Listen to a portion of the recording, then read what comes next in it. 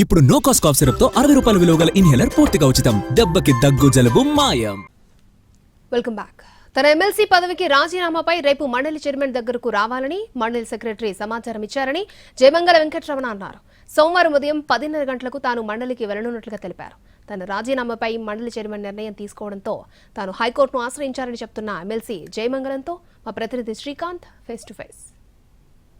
ప్రస్తుతం ఏపీలో ఎమ్మెల్సీ స్థానానికి సంబంధించి రాజీనామా చేసిన జయమంగళ వెంకటరమణ వ్యవహారం చర్చనీయాంశంగా మారింది. ఆయన గత ఏడాది దీనికి ఎమ్మెల్సీ పదవికి రాజీనామా చేసిన మండలి చైర్మన్ నిర్ణయం తీసుకోలేని దాని మీద హైకోర్టులో పిటిషన్ వేశారు. దాని మీద హైకోర్టు కూడా ఉత్తర్వులు ఇచ్చింది. 4 వారాల్లో నిర్ణయం తీసుకోవాలి. ప్రస్తుతం మనతో ఎమ్మెల్సీ జయమంగళ ఉన్నారు. సార్, ఈయన ప్రధానంగా హైకోర్టును కూడా ఆశ్రయించారు. హైకోర్టును ఆశ్రయించాల్సినంత అవసరం ఏమొచ్చింది? ఫస్ట్ ఆఫ్ ఆల్ ఎన్టీవీ వారికి ధన్యవాదాలు.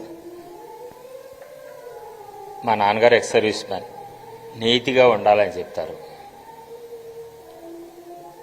నాకు మళ్ళీ పొత్తు ఉంటుంది, 14లో నువ్వు మోసపోయావు, మళ్ళీ 24లో కూడా పొత్తు ఉంటుంది, పెద్ద లీడర్ నాకు తెలిసిందని జగన్మోహన్ రెడ్డి గారికి ఐపాక్ ద్వారా వీటి ద్వారా తెలిసి నన్ను కౌరు పెట్టించి నీకు ఎమ్మెల్సీ ఇస్తున్నాను, నువ్వు అక్కడే పోటీ మాకు, కనుక నీకు ఎమ్మెల్సీ ఇస్తాను, పొత్తు మాత్రం ఉంటుంది బీజేపీ పొత్తు 24లో అని చెప్పి అంటే మళ్ళీ నేను ఎందుకైనా మంచిది, నా పిల్లలు 3 పిల్లలు ఉన్నారు, మళ్ళీ టికెట్ రాకపోతే మళ్ళీ ఇబ్బంది అవుతుంది అన్న ఉద్దేశంతో ఆ రోజు మన ప్రీతమ మాజీ ముఖ్యమంత్రి జగన్మోహన్ రెడ్డి గారు వైఎస్ఆర్సీపీలో ఆయన అన్నమాట కట్టుబడి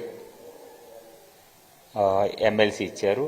కొల్లేరు కూడా సర్వే చేయించి న్యాయబద్ధంగా ఎడగొడతానని హామీ ఇవ్వడంతో అన్న ప్రకారమే ఎమ్మెల్సీ మార్చిలో ఆ రోజు 23 మార్చిలో ఇచ్చి మంచిగా 4+4 గన్ మ్యాన్ వాళ్ళందరినీ మంచిగా చూసుకున్నారు అందరికన్నా. తర్వాత ఆ పార్టీ నాకు వాస్తవంగా చెప్పాలంటే పిలిచి పిల్లనిచ్చినట్లే.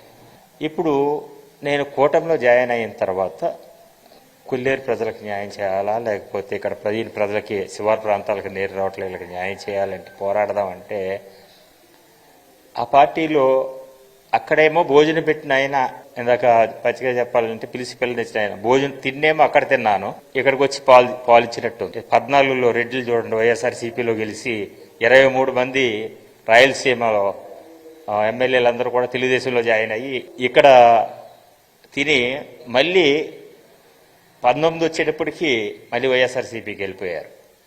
అలాగా ఆ ఉద్దేశం ఉండదు నాకు.